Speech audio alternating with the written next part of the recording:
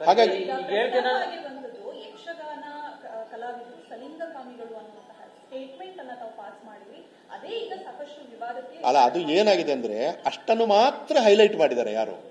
ಯಾರು ಅಂತ ಗೊತ್ತಿಲ್ಲ. ಆದರೆ ಯಕ್ಷಗಾನ ಕಲಾವಿದರಲ್ಲಿ ಕೆಲವರು, ಎಲ್ಲರಲ್ಲ, ಕೆಲವರು ಸಲಿಂಗಕಾಮಿಗಳು ಕೂಡ ಹೌದು. ಅದು ನೀವು 6 ತಿಂಗಳು ಒಟ್ಟಿಗಿದ್ದಾಗ ಅಂತ ಸಂಪರ್ಕಗಳು. ಈಗ ಹಾಸ್ಟೆಲ್ಗಳಲ್ಲಿ ಸಲಿಂಗಕಾಮ ಇಲ್ವಾ?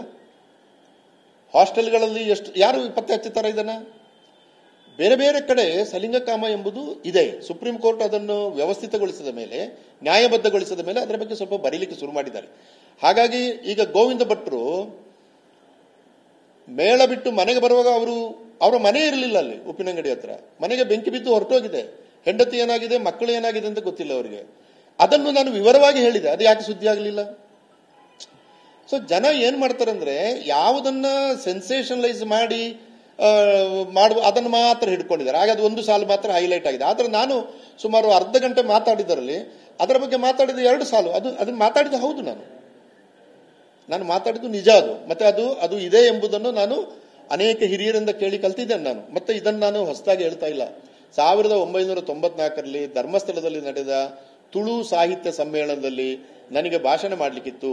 ಆವಾಗ ನಾನು ಅಲ್ಲಿಯ ಲೇಖಕರಿಗೆ ಇಂಥ ಒಂದು ಕರೆ ಕೊಟ್ಟಿದ್ದೆ. ಯಕ್ಷಗಾನ ಕಲಾವಿದರ, ಭೂತ ಕಲಾವಿದರ ಜೀವನ ಚರಿತ್ರೆಯನ್ನ ಸೃಜನಾತ್ಮಕವಾಗಿ ಬರೀರಿ, ಕ್ರಿಯೇಟಿವ್ ಆಗಿ ಬರೀರಿ. ಅವರ ಹೆಸರು ಹಾಕಬೇಡಿ, ಕ್ರಿಯೇಟಿವ್ ಆಗಿ ಬರೀರಿ.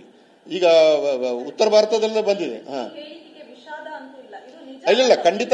ಈಗ ನನ್ನ ಉದ್ದೇಶ ಕಲಾವಿದರ ಬದುಕನ್ನು ಉಜ್ವಲಗೊಳಿಸುವುದು, ಅವರ ಬದುಕಿಗೆ ಅಕ್ಷರವಂತರು ಮಾತಾಗಬೇಕು ಅಂತ ಹೇಳುದು. ಆದರೆ ಇದನ್ನ ತಪ್ಪಾಗಿ ತಿಳಿದುಕೊಂಡು ಇದರಿಂದ ಕಲಾವಿದರಿಗಾಗಲಿ ಕಲಾ ಅಭಿಮಾನಿಗಳಿಗಾಗಲಿ ಬೇಸರವಾಗಿದ್ದರೆ ಖಂಡಿತವಾಗಿ ನಾನು ಅವರ ಕ್ಷಮೆ ಯಾಚಿಸ್ತೇನೆ ಮತ್ತು ವಿಷಾದಿಸ್ತೇನೆ. ನನಗೆ ಅವರನ್ನು ಅವಮಾನ ಮಾಡುವ ಉದ್ದೇಶವೇ ಇಲ್ಲ. ಯಾಕಂದ್ರೆ ನಾನೇ ಯಕ್ಷಗಾನ ಕಲಾವಿದ, 30 ವರ್ಷ ಯಕ್ಷಗಾನ ಕುಡಿದಿದ್ದೇನೆ. ಡೆಲ್ಲಿಗೆ ಹೋದ ಮೇಲೆ ಕಮ್ಮಿ ಆಯಿತು. ಮೊನ್ನೆ ಹೋಗಿ ಹೆಗ್ಗೋಡಿನಲ್ಲಿ ಕುಳಿತು ತಾಳಮದ್ದದಲ್ಲಿ ಅರ್ಥ ಹೇಳಿ ಬಂದಿದ್ದೇನೆ. ನಾನು ಕನ್ನಡ ಅಭಿವೃದ್ಧಿ ಪ್ರಾಧಿಕಾರದ ಅಧ್ಯಕ್ಷ. ತಾಳಮದ್ದದಲ್ಲಿ ಅರ್ಥ ಹೇಳುವುದಿಲ್ಲ ಅಂತ ಕೂತಿಲ್ಲ ನಾನು.